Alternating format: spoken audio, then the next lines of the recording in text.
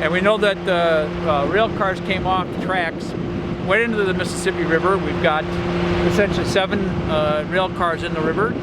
Most of them are containing soybean oil.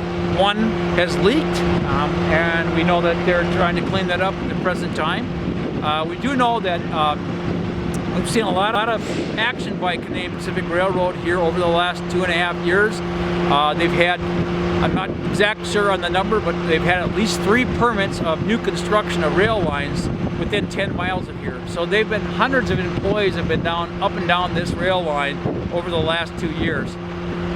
That certainly draws some concern with us, because we want to know why, if this rail line is at all this new construction, that we have a problem here, that we've had a derailment here, when we've had this much inspection of these new lines in this area, and here we have a derailment only a couple months after the last construction.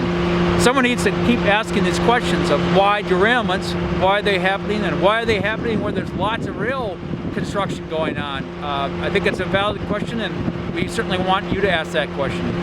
Mr. Wolf, if this had have been Bakken oil tankers like the notorious DOT 111s, and it was Bakken oil that spilled here last night, what could we be looking at instead here? Well, it's really hard to speculate, but let's just cover our bases a little bit in terms of Bakken oil. These are DOT, the old DOT 111s that should be banned, that are supposed to be coming off the tracks in the next 10 years. That's way too late. They should be taken off immediately. We should not be hauling hazardous material in DOT 111 rail cars. Secondly, we know that we're on the Refuge. We're on the Upper Mississippi National Wildlife Refuge. If this had been 2 months ago, we would have had literally tens of thousands, if not 100,000 tundra swans here at one time. This is the second largest gathering site in the entire country for tundra swans as they leave the Arctic Circle and come down this area. Hundreds of people actually sit in this parking lot that we're standing at right now to come view those tundra swans.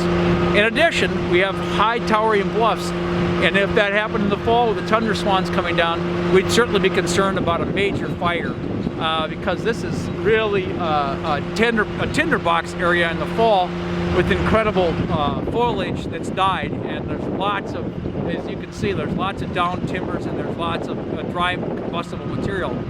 In addition, one of the most important things is that the federal government has spent hundreds of millions of dollars on the Upper Mississippi Refuge, including this area, creating these islands, creating this area for wildlife habitat.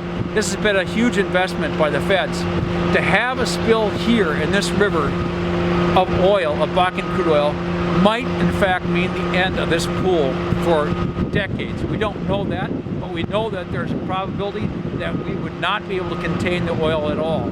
Guy Wolf, is this particular spill, could this upset any natural wildlife currently, or with the tundra swans that land here every year, is this spill going to impact that? And also, if there was ever a future spill, a more dangerous one like you're talking with Bakken oil, how would that impact natural habitat and wildlife both in and out of the river in years to come if it ever occurred? Well, I think most of us are real familiar with the Exxon Valdez spill in Alaska. We know what oil can do to the shorelines.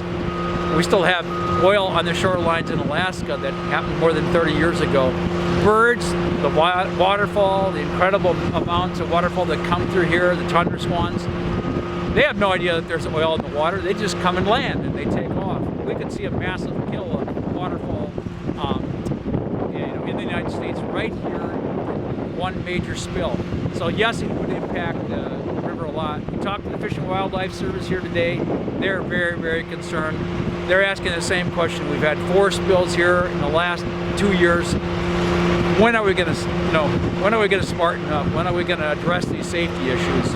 Where can citizens or residents, where can people go? What kind of websites or books, or where can people get more information, Guy Wolf? Yeah, you can get information about this particular spill actually on the EPA website. You can actually zone in and get information about this, any spill, no matter where it's at, but you can get this by location, by looking at, my guess is Brownsville, Minnesota, and then going into the federal website and gain information.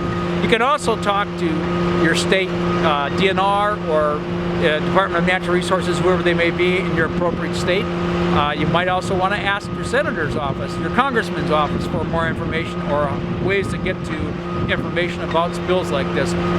Everybody has the right to know. Every citizen in the United States has the right to know what's going on in their own backyards. That's a fundamental part of federal law, so you should not be afraid to ask tough questions. What should people be asking if they contact their county commissioners or their county planning representatives, if they talk to their city or township officials, their mayor or the city council or city planning, for example here in Houston County, Brownsville, La Crescent, places like this? What should they be asking those people? And do those folks have power when they're permitting or not permitting, like they did in La Crosse, Wisconsin recently? Well, of course, you know, when it comes to permitting any new construction of any rail lines or actually oversight of existing railroads, all forms of government are going to be involved. So you would hope and you would, really try to rely on those county officials, town officials, municipal elected officials, state officials, and federal officials for information about what's going on in your own backyard.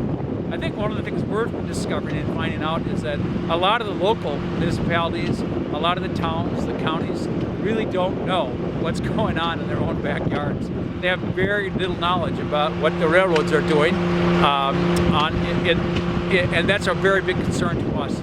The railroads have some protection from the federal law, and that's causing a lot of problems in terms of communication between the counties, the media, elected officials, and citizens. So I think it's worth demanding information and demanding a responsible response from local officials. But I think you have to also recognize that, in fact, that a lot of times they're under-informed themselves and don't have a lot of information. If they don't have the information, you need to ask them to get the information. You need to ask them to be responsible, to respond appropriately to spills like this. Guy Wolf, thank you for being with us today, and thank you for your group's organization, for your efforts and your group's efforts, both federally and through multiple states, in trying to help people get educated and make a difference. Could you tell us about your website? How do they look at your website, Guy Wolf? Well, I think most commonly we're at www.saferails.org online. That's www.saferails.org. Or you can find us on Facebook at Citizens Acting for Rail Safety, or CARS.